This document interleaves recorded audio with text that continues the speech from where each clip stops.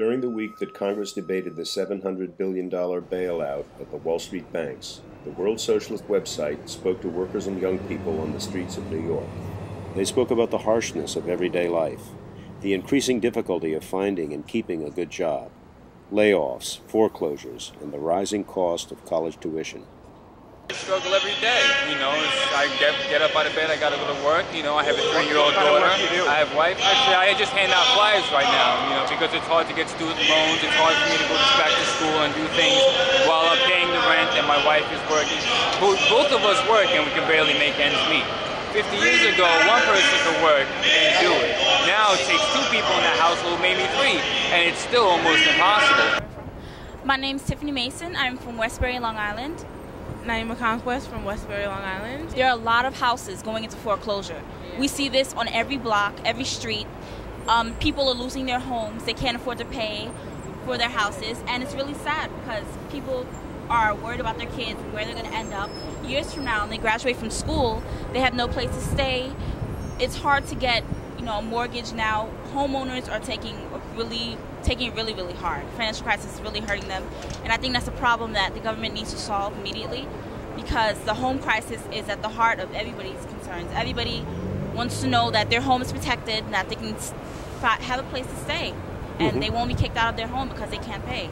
It's really sad. Well, it's really hard for college students because after they leave school, they have these debts to pay, and it's really hard to get a job now.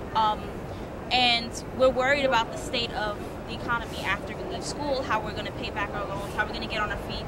And a lot of college students are in debt because... And you hear them getting jobs, like they go to McDonald's and get a job because they can't get a job in their field that they studied in. And it doesn't make any sense to go to school, to work so hard, have so much money, have so much debt, to not get a job, the job that you wanted. I think the bailout is very unfair to a lot of workers because they worked hard to get where they are today. They put in the long hours and the time, and they shouldn't be able to lose their homes. I believe it's unfair, and I believe it's a pitiful come-out. I think that they don't care about the middleman. They don't care about the person that's working hard, slaving, so their children can have something in the future. Grandmother worked for 30 years in this country. And tell me, what does she have right now? A poor, pitiful pension. And what am I going to have when I get 65 years old? Are they going to take away my pension next? Are they going to take away my Social Security next? What am I going to have? So right now, I'm scared to death. I'm working 3 jobs because I don't want to be caught out there. And I don't know what's going to happen when I'm 65. Will I be eating cat food?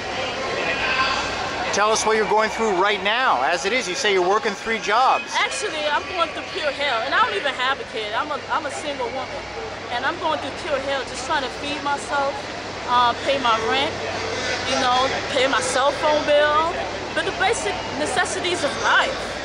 Right now, it's crazy. I mean, come on, I don't even. Sometimes I eat once a day. I can't afford dinner right now. Sometimes I skip lunch. That's how it is right now. What about the working class? This is supposedly a democracy. How come we didn't get to vote about this? You know what? I don't know. Somebody tell me. I don't know. This is an outrage.